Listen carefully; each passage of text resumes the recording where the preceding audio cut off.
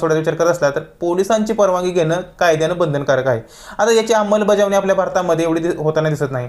मकर संक्रांतीमध्ये बहुतांश ठिकाणी आपण सर्वजणच पतंग उडवत असतो, पण या पतंगीमुळे काही वेळेस त्या पतंगीचा जो मांजा असतो, जी दोरी असते, यामुळे बऱ्याच लोकांना दुखापत होत असते.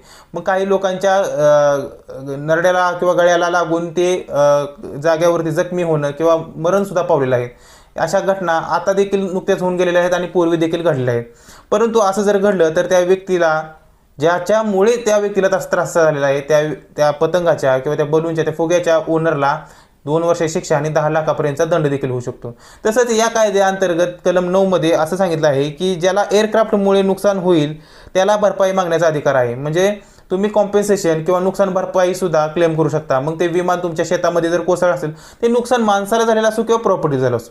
मग विमान जर तुमच्या एखाद्या प्रॉपर्टीमध्ये कोसळलं, त्यामध्ये शेतीचं नुकसान झालं, घरावरती कोसळलं, घराचं नुकसान झालं, तरी देखील तुम्ही त्यासाठी नुकसान भरपाईची मागणी करू शकता. किंवा पतंगाच्या दोरीमुळे जर एखाद्याला जखमी झाला असेल, एखादा मरण पावला असेल, तर ज्याची पतंग होती, जो त्याचा मालक आहे किंवा ज्याच्यामुळे ते नुकसान झालेलं आहे, त्याच्या विरुद्ध देखील तुम्ही केस करून त्याबाबतची नुकसान भरपाई मागू शकता.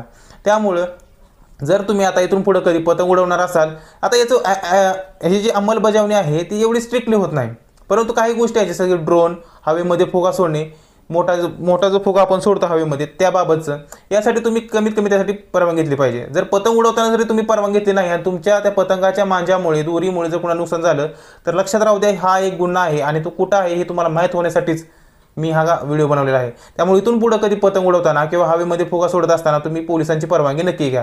ड्रोनसाठी किंवा ग्लायडरसाठी किंवा इतर गोष्टींसाठी तर परवानगी घेतच असतो, पण ह्या एक बारीक सारीक गोष्टी असतात ज्या आपल्याला माहीत नसतात.